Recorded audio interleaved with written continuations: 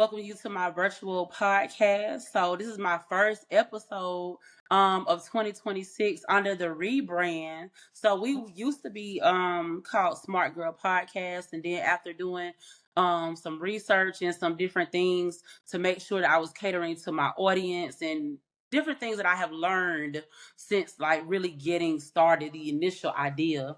And so now Okay. we are Millennial Moods Podcast. And so I just want to thank you for being a willing participant to come on the show. I really appreciate that. For Mhm. people who are going to be watching, we are actually related. So you are my cousin on my father's side. So Yeah. shout out to my dad's side, the Stevens family. We are it's a lot of us, and we are It's spread a out lot. It's a big. There were like everywhere. 12 kids, and our fathers were Yes, eight brothers. boys, four girls. And Yep. we Yep. are the descendants of the Stevens family. And so it is just so good to see you and to hear your voice after so many years. I do remember, not to delay the time, but the funeral home, going over there, being small, going upstairs and whatnot, playing around and things like that, and you being there and whatnot. I always remember that smile and your Oh, energy that's sweet. and whatnot, helping out, the family business, as they say, the family Yeah. business. Like everybody was all hands on deck. If it wasn't the flower shop, it was helping out with something else. And it was Girl, I feel just, more like your auntie because I'm like when you were born, I was like 19. right, right, So I was like, right. oh I my know. gosh, oh my gosh, Right. Auntie Roz. oh my Yes, goodness. yes. But I yeah, love we're it. related. Yeah. Yes. Okay, so it has been brought to my attention that you have written a book. So there has been a lot of chatter on the circuit, as they say, because Yeah. our beloved family member, Rod Stevens, has written a book. And so we are definitely here for it. So I guess my first question to jump right in, what was the inspiration for this novel? I did not know that you were a writer, and then I was hearing some things saying that, oh, she wrote a book, and I was like, so we kind You of, know what? I guess. I've been scribbling my whole life. Okay. Before there was a term called fan fiction. I used to do that in elementary school. I would like watch a TV show and oh, I hate the way that ended, and I'd write little stories in school, and everybody was oh, I like that, da, da, da, whatever. Was Hmm. doing it in middle school, did it in high school, and then I guess after college when I started the workforce or whatever it was like, well, then, the internet came about and fan fiction and chat rooms. And so Hmm. I did it like anonymously. It was a hobby Okay. and I wrote short stories for different publications or whatever, but always under another name. Um, and then I just, as with everybody got their gig on during COVID. It Yes. was like, Right. we're all Right. stuck indoors. What can we do to What can we amuse do? ourselves? And Right. I started writing again. And I said, all right, let's get serious about writing. Mm. And I wasn't really successful until what we were just talking about. I started thinking about, well, write what you know.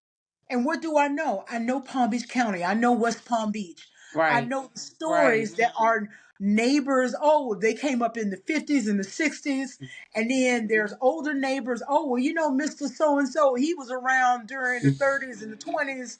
And this happened back in the day, when Palm Beach County first got started. And I said, let me start looking into and researching some of this stuff. Let me start Okay. researching South Florida. Hmm. And South Florida, I know we don't want to admit it, but excuse me, South Florida was the South. It Hmm. was deep It South. is. It It is. was, It is. you know, it's because people say, oh, you don't know what you're talking about. Florida's not the South, especially not South Florida. Hmm. I said, look, there was a time when I was growing up when people said Miami, they said Mama. Gotta go down to Mama. Hmm. Now it's Okay. Miami. Okay, so you can see there's been a transition, but Right. at one time it was the South. And I don't think black people need to be ashamed of being from the South. I Right. take my inspiration from Bernie Mac. Hmm. Of all the kings of comedy, he didn't get up there and try to be, Mr. New York, LA, or whatever. He was Bernie Mac from North Carolina, and yeah, they played basketball in the hood or whatever, but he Mm-hmm. was Southern. And there was nothing wrong with being Southern. Right. It's about us Right. boys and girls from the South. We just have a charm, you Yes. know. And I Yeah, it wanted to get is. that It's across. different. We see a lot of Southern stories, but Okay. usually it's about white people. It Usually is. it's about, like fried green tomatoes and whatever. Well, we have our Right. own versions of fried green tomatoes. We have our own versions of, we have our own versions of some of these great stories from the South. Uh, and what I really want to do, because I'm not like a fried green tomatoes kind of writer, Uh-huh. this is more crime fiction. Okay. And I thought, what's a really good Southern story that involves criminals? And I thought, oh my gosh, what was that? It was a Kevin Spacey movie, Garden of Good and Evil. Do you remember that? I mean, I'm not it sure. Midnight in the Garden of Good and Evil. It's a bestseller, very Mm-hmm. Southern, mysterious. It was a mystery. It was a crime thriller, and I Mm-hmm. thought, we have stories like that all the time, Mm. down here, and nobody's telling them, and Okay. especially not in the black community. So I said, let me put together a character and see where I can go from there. And thus, my Jerome Redbone Blake was born.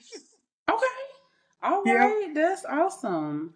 So I guess my next question is, so with the title, the Bolita Grift. Right. So grift, so for people who will be watching, what does grift mean, or Yeah. what is Well, grifting? yeah, well, Like, I'll yeah, what explain the is title. that?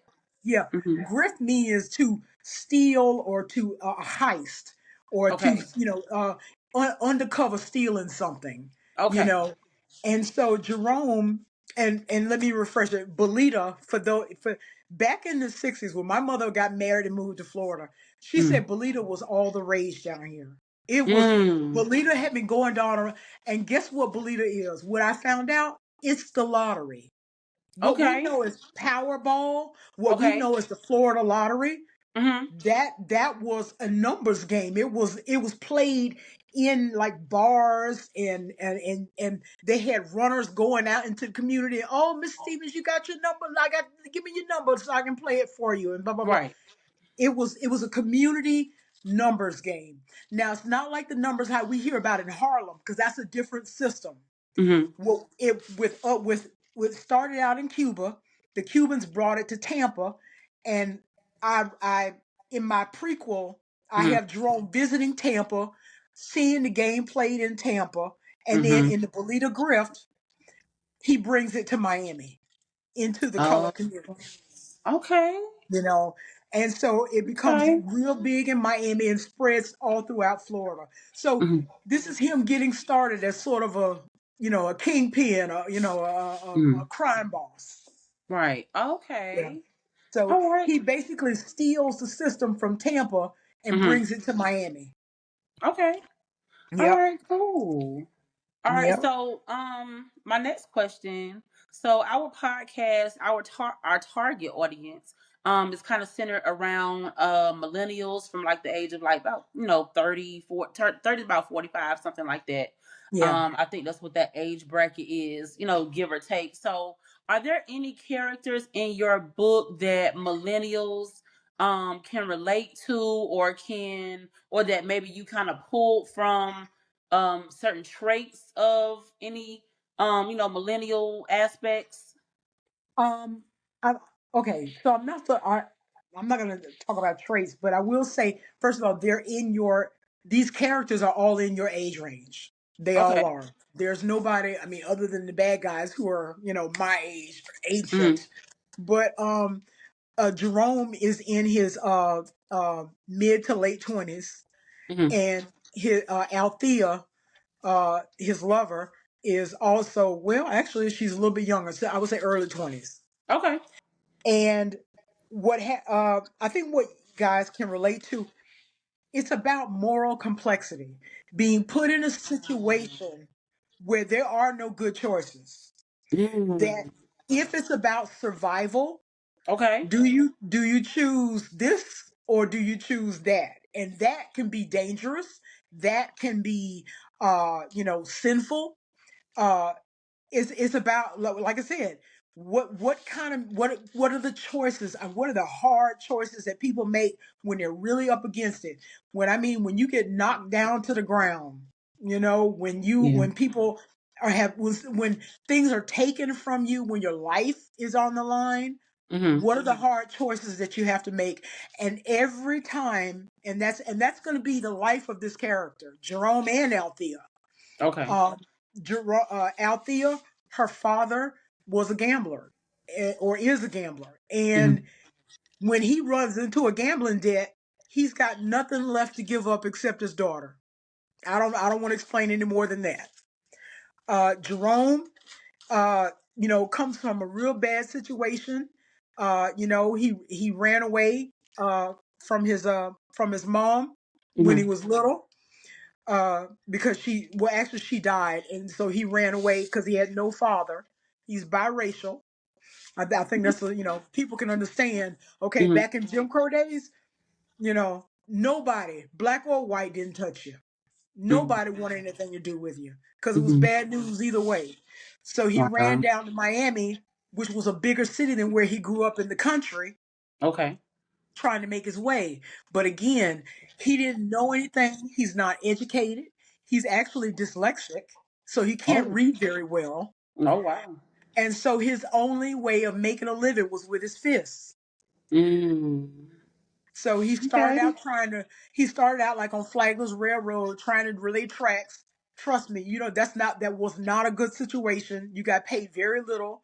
He tried to do dock work where you unload ships. Again, hard work, very little, until some man saw him get in a fight and hired him to collect debts with his fists. Basically Mhm. be a leg breaker. Okay. Basically be a leg breaker. Oh And wow. yeah, so that was I think, like I said, faced with that background, faced with those what you have to do to survive, Mhm. what are the choices that you make? And Jerome, hey, look, he's like, I'm not gonna be like all these other guys out here breaking my back for nothing. I'm gonna make If I have to make my way up through crime, I'm gonna do it. If I Right. have to make my way by breaking heads, I'm gonna do it. Mhm. Even if I have to, and you'll see at the beginning of the book, it's like, it jumps right into a fight. You Mhm. know, in the prequel, The Numbers Man, he's collecting debts off old people. You know, Mm. yeah, but don't Wow. think that it doesn't get to him. It does, and that's what I want readers to see. That, Mhm. yeah, it weighs on him, but he still makes it. You're gonna love Jerome, but you're gonna hate Okay. his choices. That's the Got. problem. That's what I want readers to feel. Okay. Yeah. All right. Very interesting. Interesting. All right. So when it comes to literature, when it comes to novels, um, my question would be how is, and with your book also, how important is it to have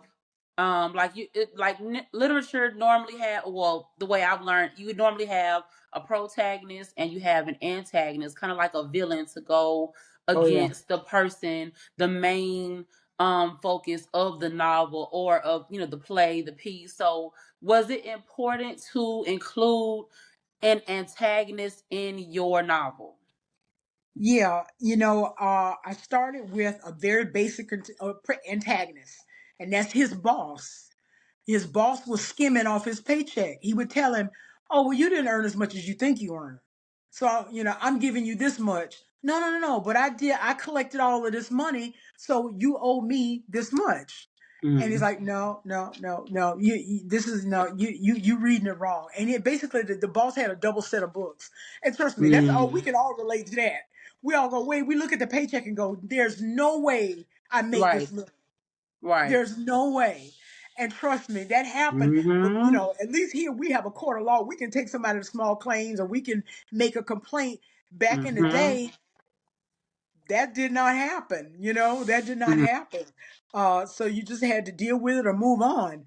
And that's when, like I said, he gets seduced into this life of crime, or Mm-hmm. what he's gonna do is, like I said, steal the system and con his boss. So it's like a con job that he's going to put over on his boss. So he's his boss is Big Jim Whitney, Mm. and he owns what they call a sporting house. And what a sporting house is basically a place where you go gamble, but you could also go upstairs with one of the girls. Mm-hmm. Oh wow. So it's half brothel, half gambling. You've seen stuff like that in The Godfather. You Mm-hmm. know, it's that type of Mm-hmm. situation. In the early 1900s, they had what they call sporting houses, and so you one of the girls is Althea, and that's going to become his love interest, Mm-hmm. and they're going to cook up a scheme to outwit the antagonist, the bad guy, the boss, Big Mm-hmm. Jim.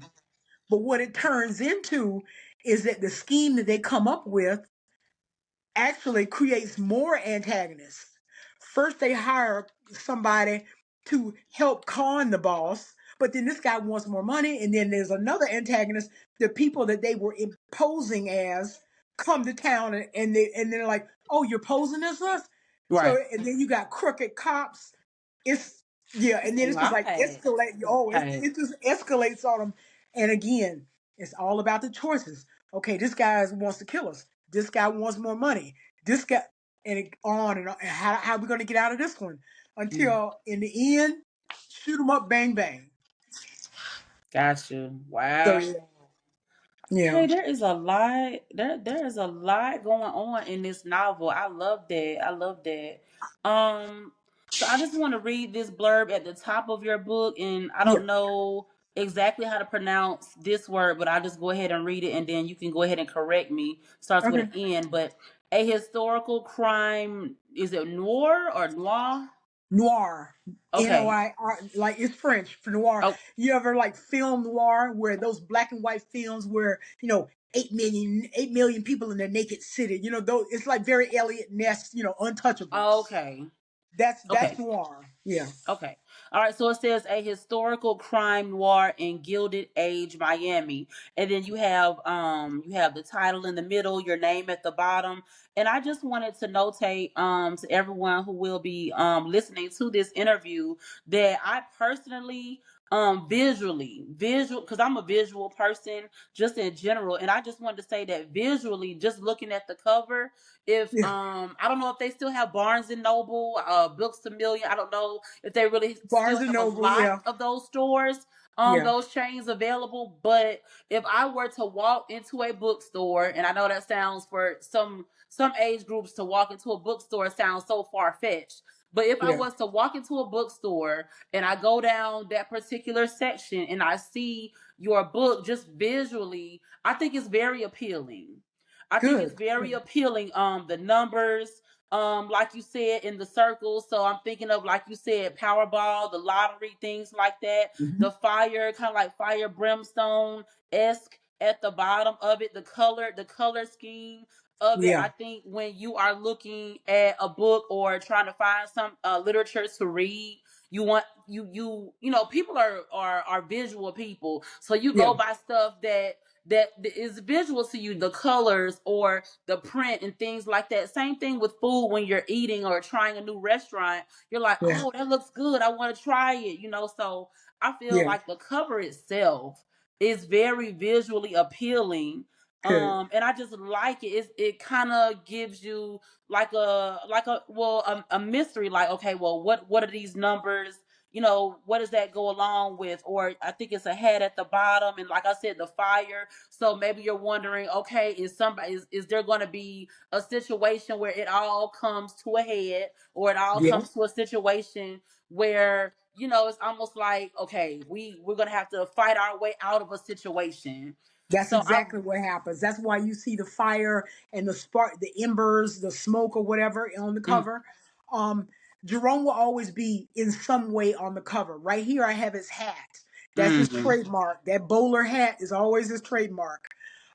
In other covers, like I have the sequel coming out called The Sticks and the Stones. okay, That's coming out on the 23rd. On that cover, I'm still kind of working nice. on that cover, but again, it's his silhouette. You're gonna know that bowler hat. You're gonna know his physique. You know, and Hmm. it's called the not sticks like a thick, but sticks like crossing the river Styx. Okay. It's where you basically crossing the sticks means you're crossing a line. You know, Okay. he's crossing a line. He's crossing something that he could never get back over. He can never get back over. Once it's done, it's done. Mhm. And so that's the impetus of the book. And the antagonist in that book, Mhm. I kind of hint at it at the end of Bolita Grift, is that he moves to West Palm Beach from Miami. Okay. And when he gets to West Palm Beach, he meets up with the county sheriff, Mhm. and that county sheriff is somebody he's very familiar with, and starts and becomes the antagonist to him. And Mm. because we discover that they have the same green eyes, and I'll Interesting. yeah, so they could be related. Just Okay. saying. Oh, But yeah, okay. this is not a person you want to be related to. Trust me. Right. But that is Got you. Got that's that's so it's called The Sticks and the Stones. For anybody, yeah, if you're not familiar with West Palm Beach history, you. Mhm. Palm Beach, where all the rich people live, the wealthy elite live, used to be settled by black people. When Okay. Flagler built it, when Flagler built his two Mm. hotels, the Breakers and the Royal Ponciana, he Mhm. put the black population at the northern end. There were only hotels, nothing Mhm. else. But the black people lived at north end of the island in a little shanty town. But when Mhm. people started coming down regularly to these hotels, they were like, well, I would love to have my own house here. So what Palm Beach residents did was passed an ordinance saying black people got to go. And Oh what they did wow. was they demolished that whole town, and the town was called the Sticks. So I call the story The Sticks and the Stones. Okay. Stones I is like it. representative of the stones means headstones, cemetery. Mm. So yeah, there's gonna be death. There's gonna be Okay. death. All Yep. right. So There seems to if be you a like lot a of good symbolism. thriller, yeah, if you like a good thriller, Jerome's the one to follow. Okay. All right. Interesting. Was it important for was it important for your novel when you were thinking about your audience? Were Mhm. you thinking that you wanted it to resonate with one particular audience, or like many cultures, many ethnicities, many different types of people? Like what was your did you want I guess internationally, as far as like I said, different cultures, different types of people to be able to relate, or were you specifically trying to paint a message to a particular community, such as like African American community, Mm. or maybe a more indigent or poor community? Megan, I'm like you. You know what? I had a story in my head. I knew where I wanted to go. And it just started, and I was just like, "Oh wow, this is good. This is getting good. Oh, I can't wait to write the next chapter and the next one." Mm-hmm. And then after it was all done, I had to figure out this marketing thing.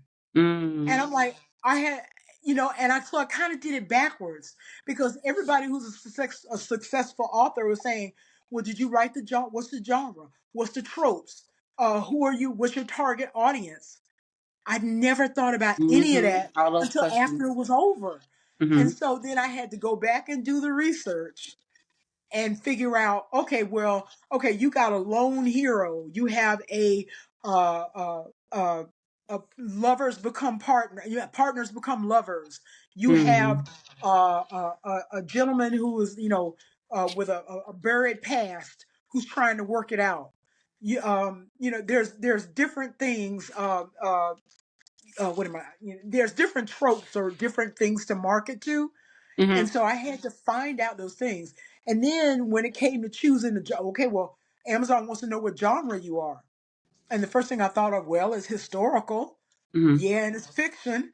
So I tried that first, but then I guess Amazon shifted me into African American, and I never thought about doing it.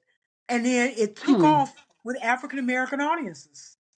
Okay. And then like 2 weeks later, all of a sudden I was at number 58 on the top Wow. 100 bestsellers for African American historical mystery. And I Wow. went, That's whoa, wonderful. okay. Because I thought, That is based on wonderful. like when I had the cover done, I told them, "Oh no, this is crime fiction. It's like The Godfather. It's crime fiction." Mhm. So they did it. They took my request for crime fiction and made it like, like the cover you see.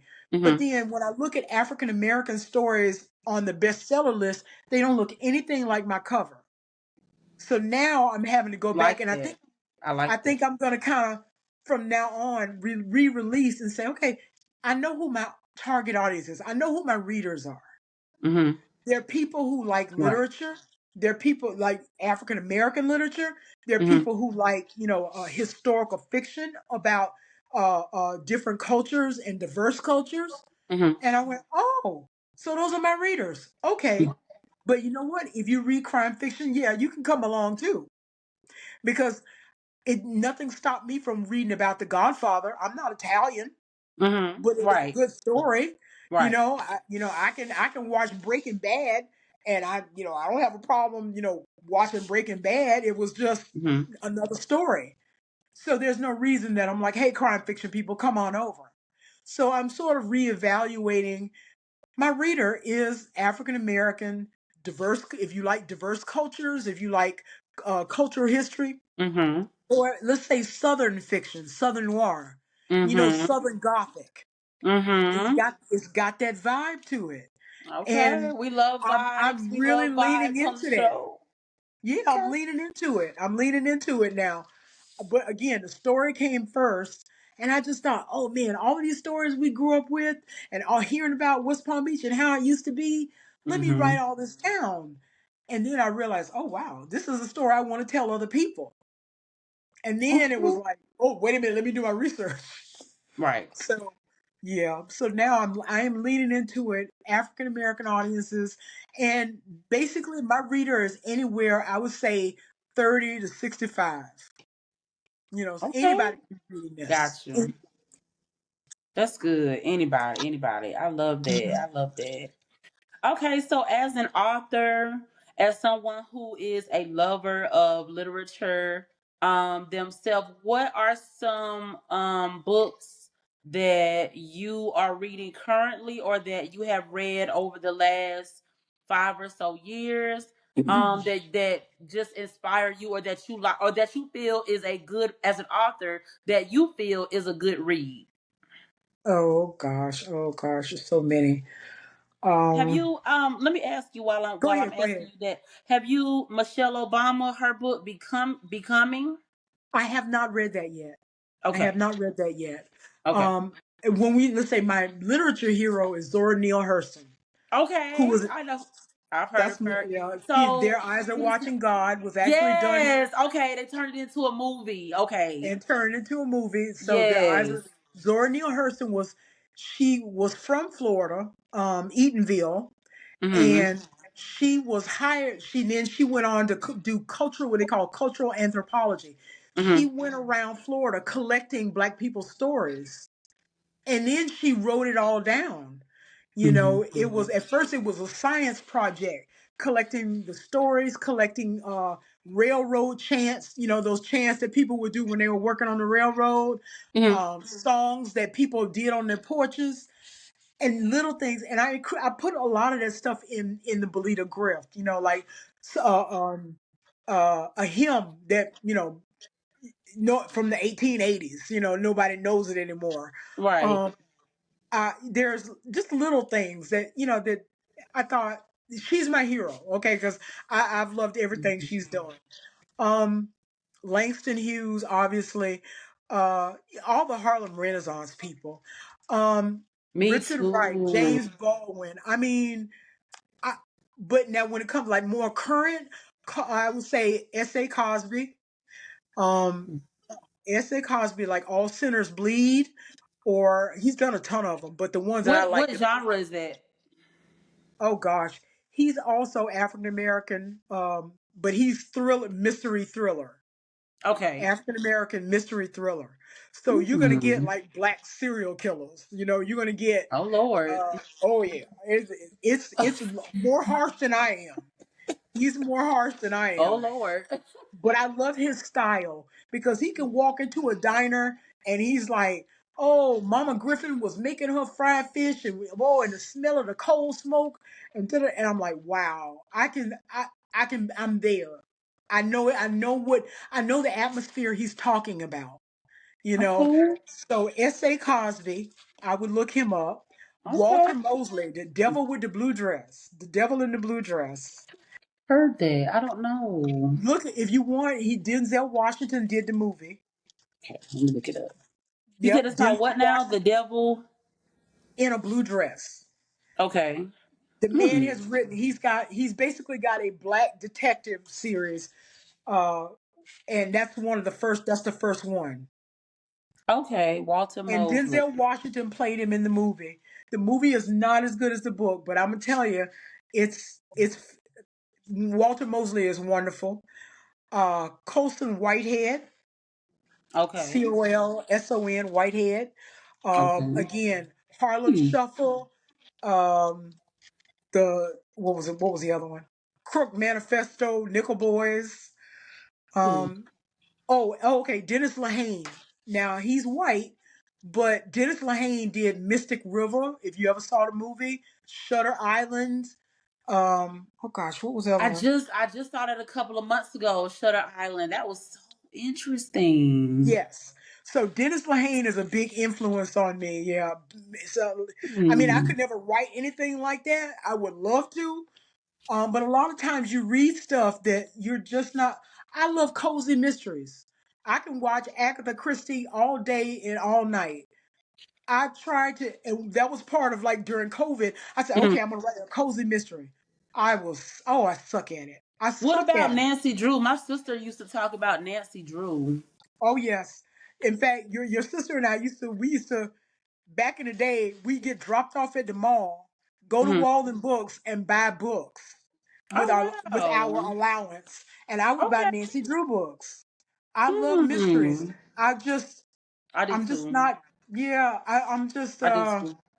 the cozy mystery where okay, we're alone in the house and what is that? I'm just not What? very good at it.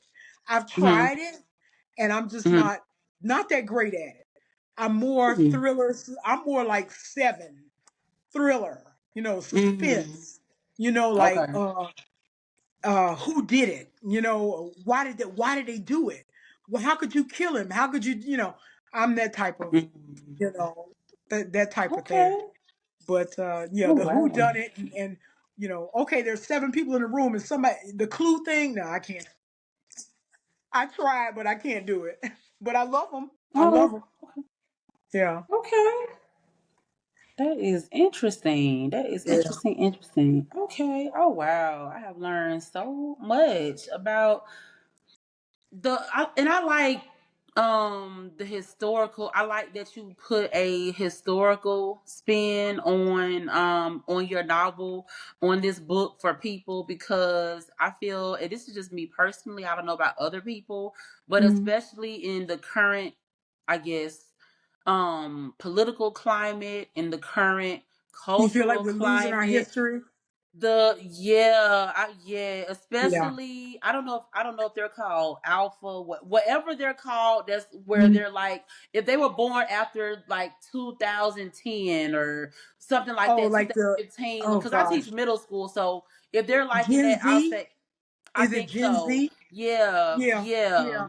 Oh, they The Gen Z history, don't the know much. historical context is lacking. So I like that your book takes it to that dimension, just Yeah. because of the simple fact that like we're losing that. And a lot, like especially with black culture, and we talk about a lot of different issues that African Americans are dealing with or that think about on the day to day. I like that, and it's front and center on your book that it is taking a historical context. Can you kind of speak to why history is not just good for a good novel, but it's good, period, especially for how generations are kind of evolving with like knowledge, Yeah. evolving with morality, Mm. evolving with believing, religious versus spiritual and all of that. Can you just kind of speak to Yeah. why history is important, especially now? Oh wow. Um, First of all, it's really important. Okay, because I hear the argument a lot among Black people. Oh, they're not teaching our history. Please be aware that when we were little, our Black history came from the church. We were taught Black history in the church. We were taught to Dr. Charles Drew. We were taught Martin Luther King. We were taught Frederick Douglass. We were taught, Booker T. Washington, all W.E.B. Du Bois. All of this did not come from our school system. Okay, so if you're depending on the school system, you are so wrong for that. It's not their job. It's your here. Let me put it this way. Oh, say that It's part your again. It's family. Do your genealogy. Go to ancestor.com. Start with your genealogy and start with. Well, did you know that Grandpa was drafted in the World War II, or great grandpa was in World War II? Bet you mm, didn't know that. Or great grandpa fought in Korea. Oh, let me learn about the Korean War. Well, what kind of stuff? Like, for example, some of our uncles went to Korea.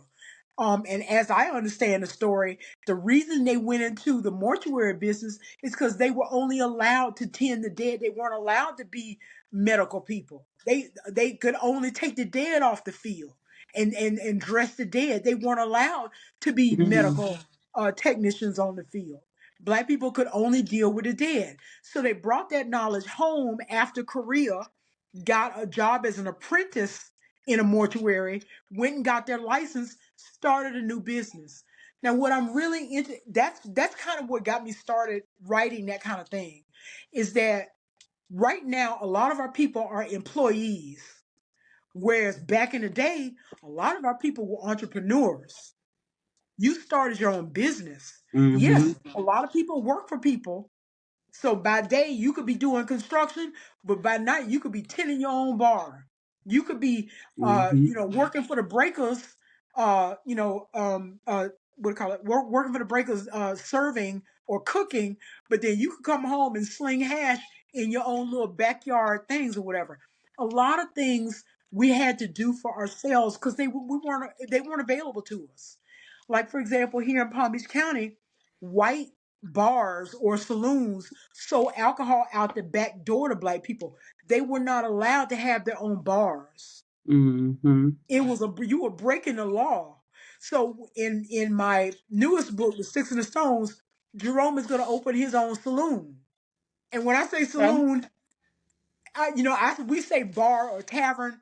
That's Right. too sophisticated. Back in the day, when you look at like an old Western movie, Right. that's what bars look like. They look like saloons. They did. They had that They look to did. them. Um, so people tended saloons. They did stuff, a lot of undercover stuff. You know, Mhm, they weren't Black people weren't allowed to have a business license. So if you discovered a new process or a new way of doing things, mhm, you disrupted white business and white entrepreneurs. That's why you were not allowed to have a license. That's why a lot of our people went north, got their license, and came back to Florida because Jim Crow would not allow you to interfere with white business. So we had to develop our mhm, own underground parallel economy. And that's what's really interesting to me is I think all my books are going to be about how Black people had created a parallel economy. Yes, we had segregation, but if you compare the two societies, and I'm not saying that segregation was good. Please don't do that. But we owned everything. We did for ourselves. We were much more wealth oriented there were some than we are benefits to now. it. Yeah, there were some Now benefits it's to it. like what they say, oh, you'll own nothing and you'll be happy. Mm, No, no. We need to go back to an ownership economy where Black people own, we pass down to the next generation. Right now, mhm. I think we're a little selfish in that I'll collect and do for myself, but I ain't worried about passing it on. I'm not worried about the next generation. Yeah, We have to be, I've and I'm seen not, it that's all, that's all the next generation, but I'm just saying we got to do better. We just have to do better, you know. too. You're right. You absolutely right. You absolutely right. All right, all right. Well, Is there anything, I guess I'll say before we is there anything, I guess, are there any main takeaways that you would like your audience to receive after reading this novel, no matter what age or no Yeah, matter their background? Like, what are, if you had to say, like, the main, like, maybe the top three, what are the top three takeaways that you would like your readers to receive after watching, I'm sorry, after reading this? yeah. Well, the main takeaway is that I know it says historical, and the first thing people hear is, "Oh my God, history book." Trust me when I say this is not. And I got this from a lot of like, people, advanced readers who, like people who read the book before it goes to press, and Mm-hmm. they're like, "This is not technically historical fiction." I'm not trying to hit anybody over the head with history. You Mm-hmm. know, what I want you to feel like is that when you're reading through this character's eyes, that if you become aware of the type of clothes they wear, what kind of beer they drink, what kind of snacks go with the beer, you know, and when they're walking down the street, oh wait a minute, those are electric lights. Even though the white side of town has electric lights, Mm-hmm. black people still have gas lamps. Mm-hmm. We still have kerosene. Oh, when are we gonna get that electric? When are we gonna get that electric like them folks over there? Mm-hmm. I want people to feel like I'm not beating you over the head by saying in 1909 they did not have electricity in most poorer. I don't do that. What I do Okay. is let you know. Oh, they're lighting the street lamps now with the kerosene. Oh, there's a streetcar going down. Oh, a streetcar. Yeah, you got to Mm-hmm. wave it down or jump on it real quick. You know, Mm-hmm. I let you feel the history, observe the history. Mm-hmm. I put the magazine on the table for you to look at. It's Mm-hmm. so you'll feel it, you'll see it. But I'm not going to hit you over the head with. And in this year, President Taft did blah blah. And in this year, the NAACP was created. I don't do Right. that. I Right. don't do that. I want you Okay. to feel what people are like back then, Mm-hmm. but you will not be bored. If Right. like if Jerome gets into a fight, I'm going to Mm-hmm. describe the way people used to fight, like this. Not like Right. this where you see Sugar Ray and Muhammad Ali, where Right. people, there was a different stance, a different way of Mm-hmm. hitting people. Um, Mm-hmm. and I let you know that without hitting you over the head with history. Okay. So I think that's the main takeaway. So Right. I don't think, if you say, oh God, Gilded Age Miami or Gilded Age Palm Beach, Right. basically I'm letting you know the time period, 1910, but you don't have to be afraid of that because these are people just like you. They Mm-hmm. just do things a little different, Right. and you will get into it almost immediately. Okay. All right. That is wonderful. Oh my goodness. Thank you so much, Cousin Thank Roz. you. Thank you so much. Thank you, Megan. Oh, Thank you're you. so awesome. So So awesome. So we're gonna to have. everybody, thank you so much, for listening to me drone on. Um, like I said, it's called the Bolita Grift, Bolita, Bolita Mm-hmm. Grift. It's on Amazon. And the sequel is coming out January 23rd, The Sticks and the Stones. So I hope Okay. you'll, take a look. If you have Kindle Unlimited, that's a free read basically. Okay. But I much appreciate, and please also leave a review. Let me know how I did, and if you Okay. have any ideas for other books, I'm good with that too. Right. Okay. Yeah, yeah, All right. Thank you. Thank you so much for coming on the show to talk about this book.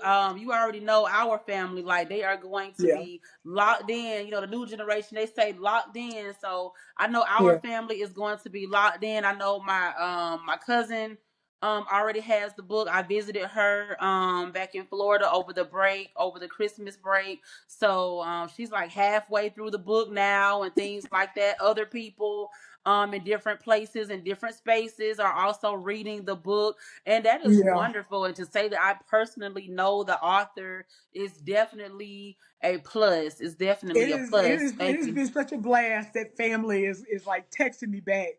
This Yeah. Jerome dude, he's a bad dude, man. He's a Right. bad dude. I'm like, yep, you're a bad dude. Right, right. I love that. I love that for you. Okay, Thank well you. before we close, I just want to say something that we are going to say at the end of every episode to everyone who will be listening and watching the show. In the new year 2026, we want to always check our mood and protect our peace. We are not to let anybody dim our light. So if you are into literature, if you are into spoken word, if you are into the arts, whatever you are into, don't let anyone dim your light. Keep going. And always to remember self awareness, as they say, is the real flex. Until the next time, thank you so much. Thank you so much.